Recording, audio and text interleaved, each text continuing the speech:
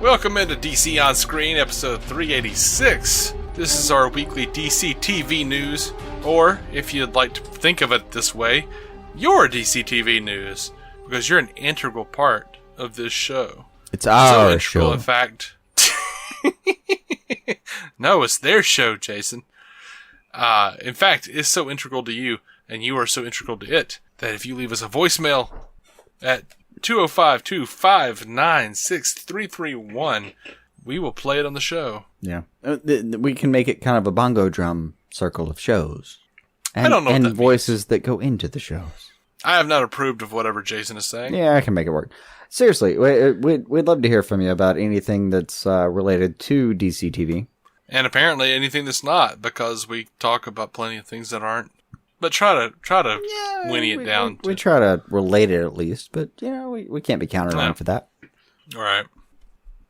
So, like I said, this is DCTV news, and we're going to start off with sad news, but hopefully we'll get over that soon. Boothe passed away on Sunday, and he was 68 years old. It says natural causes, but they haven't actually said what was going on. He died in his sleep. They claim peacefully. But who knows? Yeah. He was. I mean, we know him as Malik on the Marvel movies, but he was also the voice of Gorilla Grodd and Red Tornado on Justice League and Justice League Unlimited, and he was Lex Luthor in Brainiac Attacks, that weird Superman movie that was kind of TAS but not. He was a good actor. And I don't know how he was as a person, but I assume he was a good man. And, guilty until proven innocent, I guess. Yeah. I don't know. That's That's probably inappropriate to say. I don't really know any scandals associated with him. I mean, and he was good at playing a bad dude, though, so yeah, that was kind of cool. And that's cool. But that had a lot to do with his voice. His voice was very... Oh, you have a fantastic voice. Yeah, he had a good voice. Fantastic voice. Gonna miss that voice as far as future products go, because there's probably a lot of places I would like to have plugged that in. Mm-hmm. But, good for him. As far as I know, he went out in his sleep. I mean, come on. If you had to pick, how do you want to go out, that's one of the things. So, congratulations. Of when I was younger, I didn't think so. I was like, no, I want to see that shit coming. But older now, I'm like, I don't want to see it coming. I don't want to know. No. You just kind of want to not be there anymore. Yeah, well, It's I mean, depending on your belief system, it's not just you're not there anymore. You don't want to feel a pain mentally. You're just right. Drift away. Yeah, right.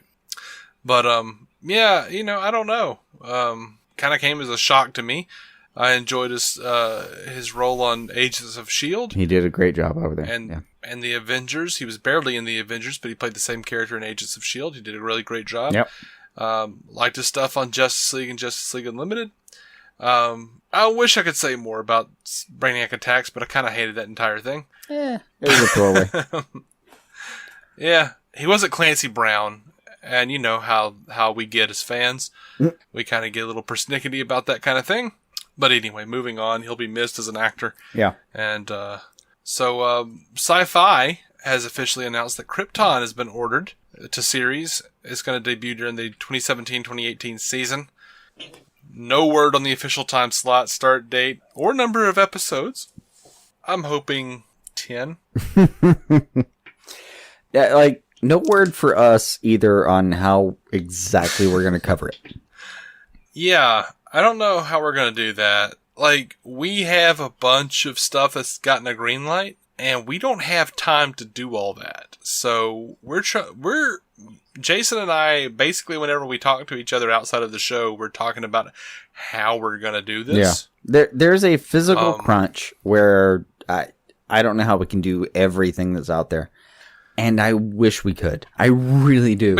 Well, to be completely transparent, this show was not popular enough for us to quit our day jobs. Yeah, no. If it was, and by the way, if anyone has an idea how to make it so, you do what you do, and so help me. I will quit my day job and make that happen. Yeah, share it with your friends. And, look, if we quit our day jobs, if we are able to do that, if the show gets popular enough that we can do that, our reviews will come out sooner. Yeah. Like, we'll be more on top of things. If this is our actual day job, that's what we're doing. But as it is, Jason and I work, I don't know about you, but over 40 hours a week. Yeah. We work an average of 50 to 60 hours a week, and then spend another 20 to 25 on this podcast. So I spend about 40 hours a week on this podcast. That's actually true. Honestly. Yeah. It's another full-time job for Dave. We just can't do all of them. Yeah. So we'll have to make some decisions coming up about like what we're going to cover, what we're going to cover full time. Yeah. I wouldn't be surprised if Lucifer got a little shortchanged. Wouldn't surprise me either. But we'll see. I don't know. Yeah. So the pilot for Krypton was written by David S. Goyer. David S. Goyer from Dark Knight Trilogy. And Damian Kindler from Sleepy Hollow, which just got canceled. Yep. So I don't have a lot of faith. Whatever. Goyer is going to executive produce. Kindler is producing and show running. Again, not a lot of faith.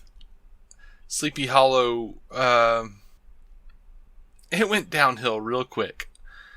It had a lot of potential too. It had about a season and a half of genuine showmanship, and then it just got bizarre. It just got boring to me. Yeah. So anyway, Krypton is set 2 generations before Kal-El's appearance. It'll sit around his grandfather, Segel, or Segel, however they're saying it, and his quest to bring honor back to the House of El, which ultimately, anyway, he'll also be working against the environmental problems that will eventually destroy Krypton. I have so little interest in this show. I wanted to, sure, I hope it'll be good because I hope I'll enjoy it, but... Yeah, but I have to warn everyone who appreciates the fact that we cover everything like week to week. This may not be one of those things we cover week to week. It might not be. It sounds so boring to me. I'm not super interested, and we're already really busy. I like like I hate to make it sound that practical, but it really is. Yeah. Like we spend so much time on what we already cover. I mean, just like it's a lot of time that we devote to what we already do. So this may be one of those where we kind of cover it, and when it gets to like the half point, do a show, and then the end point, do a show. I'm not sure exactly. And not for nothing, Sci-Fi Channel is not known for keeping things around. No. Like, they are real quick to just shut down a thing. Yes. Just cancel a thing with no ending. So they don't throw a lot of money at something when they actually start it. So like when they lose $3.5 million, they go, screw it.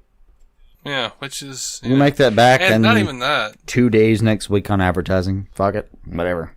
Yeah, and they're looking to like change. They're actually going to do a massive rebranding in a few months anyway. So who knows what they're going to do? I don't know. I don't even know who's in charge over there. Are they going to respell their name like they did the first time? Maybe they'll change it back to the proper spelling of sci-fi. Maybe they'll change it to speculative fiction. Ah, that would be great. Over to NBC, Powerless has officially Your been new axed. station, Speculative Fi. Yeah.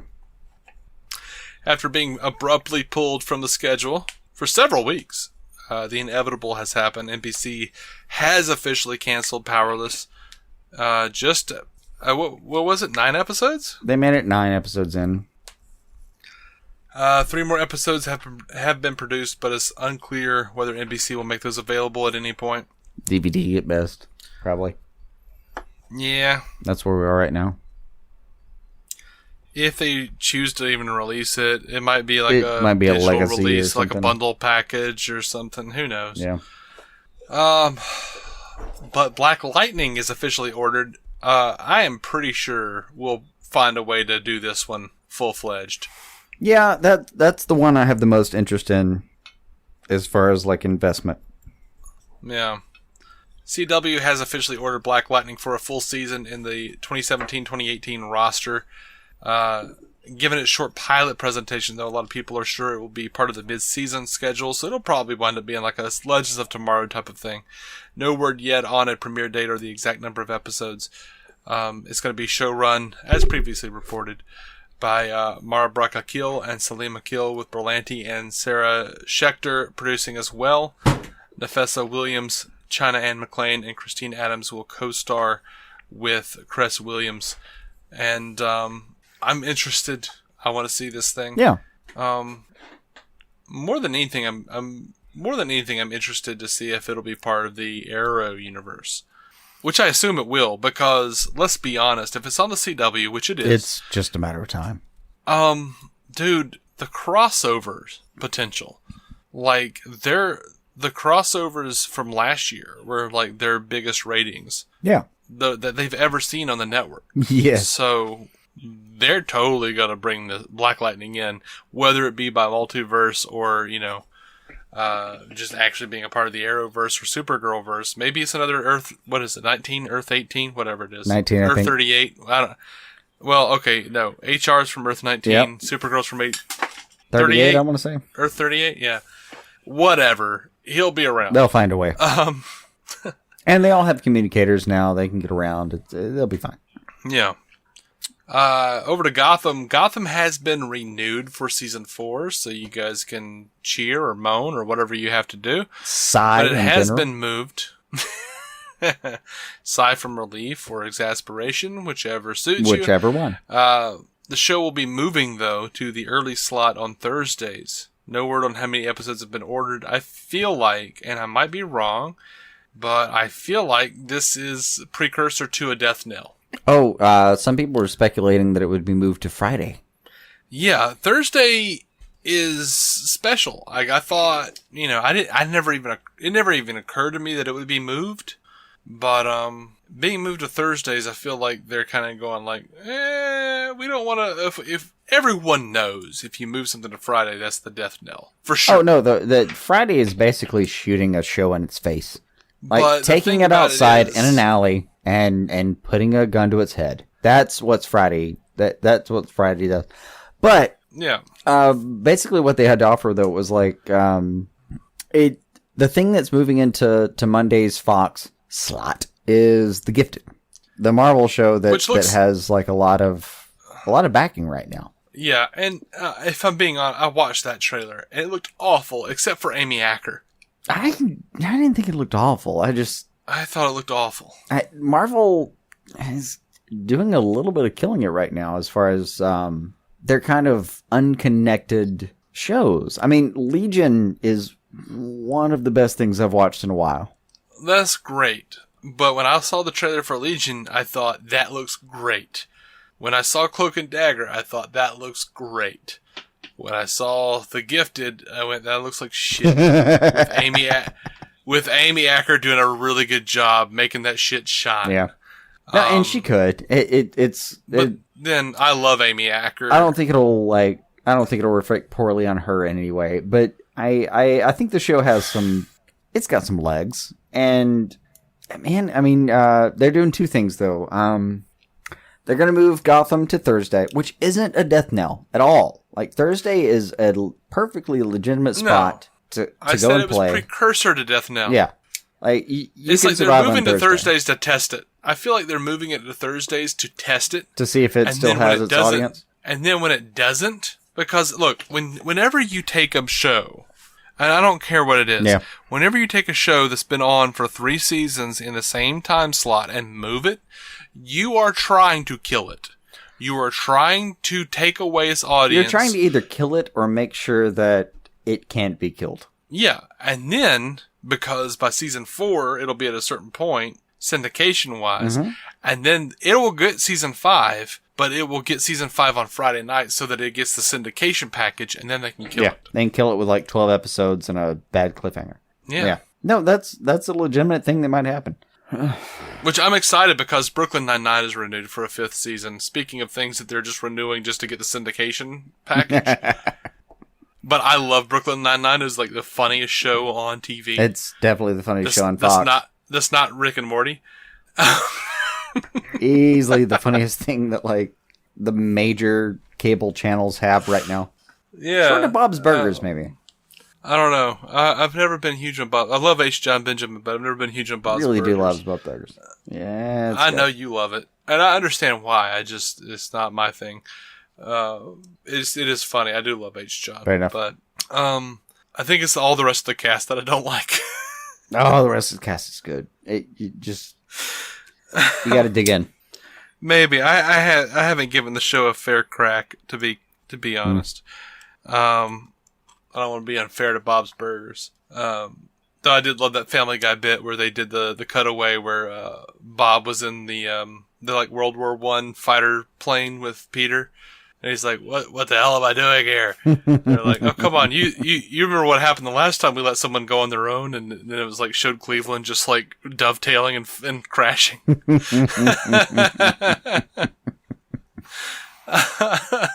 was good. Anyway. So did anyone notice an unfamiliar face when Firefly came back? I did not. I didn't either. This totally slipped by me. But Michelle Ventimiglia, whatever you say it, is no longer playing Firefly. The role has gone to Camila Perez. No news on why. I didn't notice it. Kind of wish no one else had mentioned it, because who am I kidding? I don't care. I don't really care. But I just, I didn't notice a damn thing.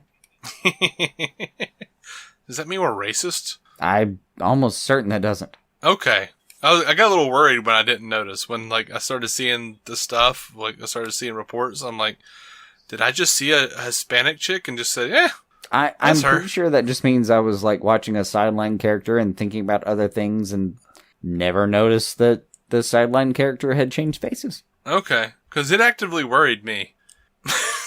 Also, I mentioned this before when we were talking about Gotham.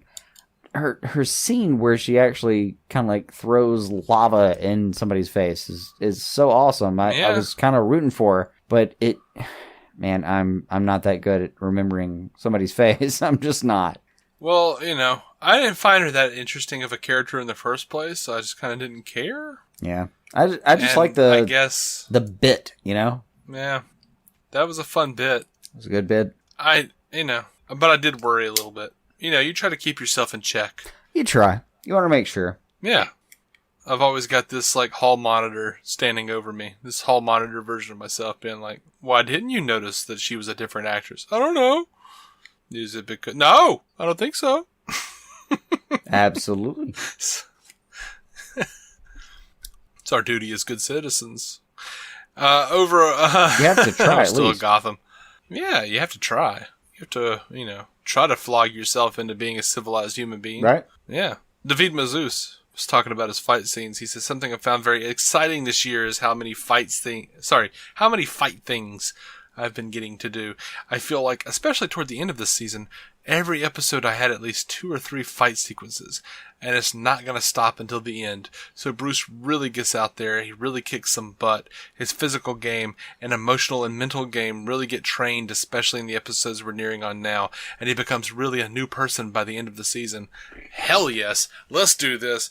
I'm ready for the bat. Baby bat, let's do this. I'm on board. Yep. My only comment is, hell yes. Over to Lucifer. Lucifer is getting a new time slot. It's going to take over Gotham's old time slot as the early Monday show, and will have to compete with Supergirl while serving as the lead-in for Marvel's new show, The Gifted. And I don't know if you guys remember. Sounds bad for him. Oh, yeah. Lucifer's going down. But I don't know if you guys remember, but I have previously mentioned on the show that I saw the trailer for The Gifted. Yeah. And I didn't cop to it. Except for Amy Acker, who's always gorgeous and wonderful.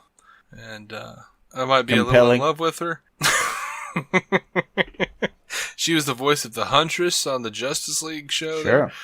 And Fred on Angel. Don't worry, my girlfriend knows about it. She knows I'm obsessed with her. Yeah. She even tried to get me to watch I think she tried to get me to watch Person of Interest. She was like, Amy Acker's on it. I'm like, I don't care. That show looks awful. I tried myself. I made it about 1.5 episodes in. And went, oh, no, I can't do this. So, this is only a rumor as of yet, but some people are reporting that the showrunners of Lucifer plan on killing a major character when season 3 gets started. I'm guessing Amina deal. Or Maze. I think they need Maze. I think she's funny. They need Maze. She's funny and she's badass. Amina Deal used to be badass. They've kind of taken everthing from Amina Deal and given him this jealousy complex in the show. I feel like that's going to be like a big moment where they return him, you know? You think? Yeah. Whereas Maze is like somebody they can put down, and that's something that like will, I don't know. Are we considering Mom a main character in the show? That'd be great, actually. Yeah, because I have no use for her. Really. Nope. She could go away. That'd just be fine. But even if it was Maze, you put her down, and I don't know. I think it will electrify everything else that's happening in the show. Yeah, I mean. Also, Dan. It could. Ooh, Dan. I want Dan around, and I never thought I'd say that, but he's really fun with Lucifer. He is really fun with Lucifer, and with Maze actually. But then again, he might actually need to die for Lucifer to take his rightful place beside Chloe. Yeah. It's a tough thing to predict. It is. It's like, trying to suss out so much mediocrity. Yep. It's a rough game. Over to Supergirl. Andrew Kreisberg appears to be really pumped about season 2 finale. He says there's multiple showdowns coming. These are some of our biggest episodes we've ever done. The finale is probably the biggest episode we've ever done. We saved a bunch of money to pay for more visual effects and actually added another day to the schedule so we can make it as big as possible, and yet it also has multiple get your Kleenex scenes. We're really excited about it. We're all blown away. Say whatever you want about the finales. They're not boring. It really feels like the culmination of everything we've been doing all season long, all the different storylines, whether it's Superman and Kat and Cadmus and McGann, and Mon-El and Linda Carter, and now Rhea. It all comes together in one big 2-part story. Down. Let's do it. I keep seeing Rhea because the character is so bad to me that I just keep thinking more like diarrhea. No. Negative, counselor. I counsel no one, sir.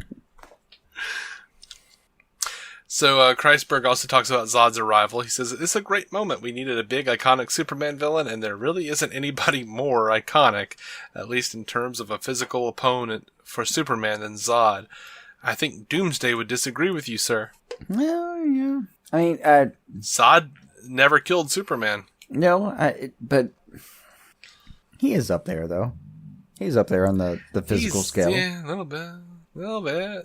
And Kreisberg also talked of Superman and Cat Grant's arrivals. He says, I don't mean to be coy. I don't want to give away too much. But when they both show up, they're two of our more jarring, surprising moments. Well, not really. We know this happened. So I don't want to say too much about how they come back. But the show is called Supergirl. Yes, you've mentioned. And every character there is to serve as Kara's story. Yes, you've mentioned. They both provide what they've always provided for Kara, which is advice and mentorship and support and love. Is what Kara is going to need in the finale, where she's forced to make several very difficult decisions. Perfect. Fine. I'm good with that. Over to Arrow, Wendy Mericle talks about the Arrow finale. When asked about the final Adrian Oliver showdown, she says there will absolutely be fisticuffs. In surprising ways. Love that reference. Yeah. In surprising ways, a lot of the battle will be done in ways that we've never done on the show before, which we're very excited about. But emotionally, Chase has been trying to prove to the world and to Oliver that he is not a hero. He's a killer. He's going to pull out one final big whammo at the end that is going to really leave Oliver reeling and raise a lot of questions. I think Oliver is going to come down on the right side of that question, but not without a lot of risk and a lot of potential heartbreak. Will there be deaths? We might lose some people, she says. What about setting up the next season? She says we're going to go out on a big cliffhanger, so that part is definitely going to be helping us galvanize the premiere because we're closing such a big chapter. I think there are going to be some really new and exciting questions. What we're really trying to do is set up a new dynamic for season 6. Yes, please. That will speak in so many different ways. On the ground level, we're going to be rethinking how we tell stories. Yes, please. Because the flashbacks aren't going to be what they were. We don't have to service that backstory in the same in the same way we had to. So the way the show is written and broken is malleable at this point. By the same token, where all the characters is an opportunity to redefine and for everybody to look back, reflect, and then to start to look forward about where they want to go and where do they have the most impact in our lives. And the return of Black Siren, she comes back as part of Chase's plan. Chase knows exactly what he's doing, and he understands how unsettling seeing somebody that looks like Laurel Lance is going to be for the rest of the team. And from a writing perspective, it's just fun storytelling. Katie Cassidy does an amazing job as Black Siren, and seeing her take on Dinah or her take on Lance is going to be fun. I have to admit, Katie Cassidy does a better job as Black Siren than she ever did as Laurel Lance. I completely agree. And I say that because if you look back on Katie Cassidy's career, she's mostly played the mean, bitchy girl. Like, that's been her role. Like, the foil for the hero. Kind of a stable presence at times, but as Black Siren, I think she's found her calling. Yeah, I mean, I'm absolutely serious about that. That's the character. She plays the foil for the protagonist in most of the stuff that she's done. Yeah. Like, she's always that character, the, like, mean girl. So to bring her over as Laurel Lance, as Black Canary on the show, always, it always somewhat seemed that she couldn't quite muster those emotions. Held back a little bit. Unless she had, like, the character or the director from The Flash, because she somehow was great on The Flash. But I think also, they never really knew what to do with her character on Arrow. It felt like every few episodes her apartment gets destroyed. Right. She has to pop a pill or drink a thing. Yep. Yeah. Pop 1.5 pills and drink half a thing. No idea what you're saying, man. You were just muffled as hell. I can't understand you. I'm sorry. I think that made sense. Pop 1.5 pills and drink half a thing. Yeah. So, Lexa Doig talks Al Ghul's sister Showdown. She says there may or may not be a song or dance number. I'm being completely facetious. Well, okay. Thank you. Yeah. What can they expect? To have their minds blown? Doubt it. There's so much happening. I know it got leaked that Katrina and I are both in the episode and that we sort of have a face-off, which we do, I can say that. So she's not really saying much of anything. She's being kind of facetious with us. Well, completely facetious, as she says. I don't know what that's supposed to do for us. But thanks. Thanks, Lexa. Yeah. Moving over to Injustice, they had a release trailer, Darkseid details. People who didn't pre-order their copy of Injustice 2 need not worry about never playing as Darkseid. Sources have concerned. What? Concerned? What? That's not even a word. Sources have confirmed with their review copies that he's on the normal menu as a DLC purchase. Also, NetherRealms dropped one more trailer just before the midnight release, May 16th. It looks like a lot of fun. I wish I had a TV or an Xbox or anything that I could play this thing on. Honestly, I played it on my phone. It's a cool trailer, and the most important thing is if you download the app, you can just play the story mode. Yeah. On your phone.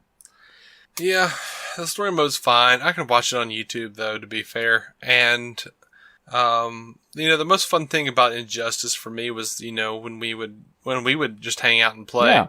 The original Injustice when we lived together, and then sometimes Brandon would come over and we'd play. Yeah. That's what I want to do here. I just, I don't know. I just wanted to know where the story went as far as Injustice 2. That was a big deal for me. I can see that. So that's all we've got for this episode. That's all I've got anyway. Do you have anything else? Cool. We are DC On Screen. You can catch every episode at DCOnScreen.com.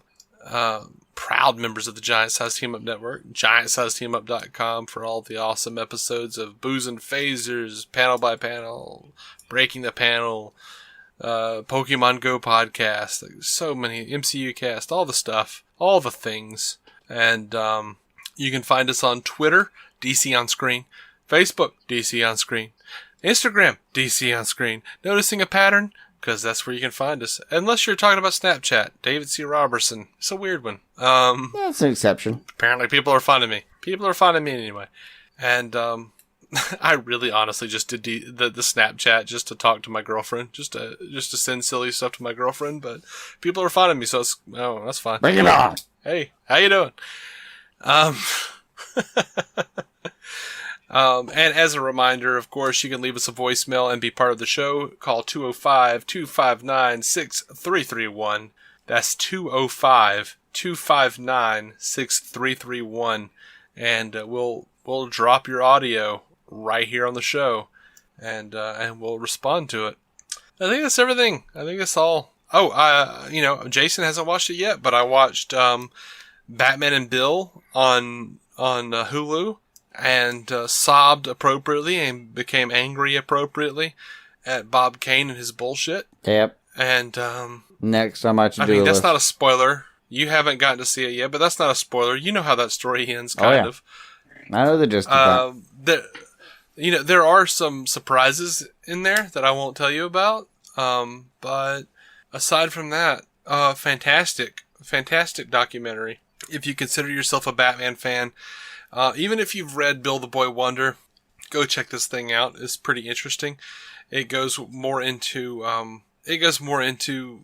Bill's family and the fight to get the credits. And you actually get the benefit of seeing the family talk about the stuff and their relation to it. And it's a good flick. It's a good documentary. It's well worth the watch if you have ever enjoyed anything Batman. And if you don't want to cry, don't watch it, because you're going to probably cry. So until next time, guys, we'll be doing some more reviews and, talking as we normally do with words about things. For better or worse. That you may watch. I didn't know where I was going with that sentence. I don't know why I started it. Until then, guys, keep some DC on your screen.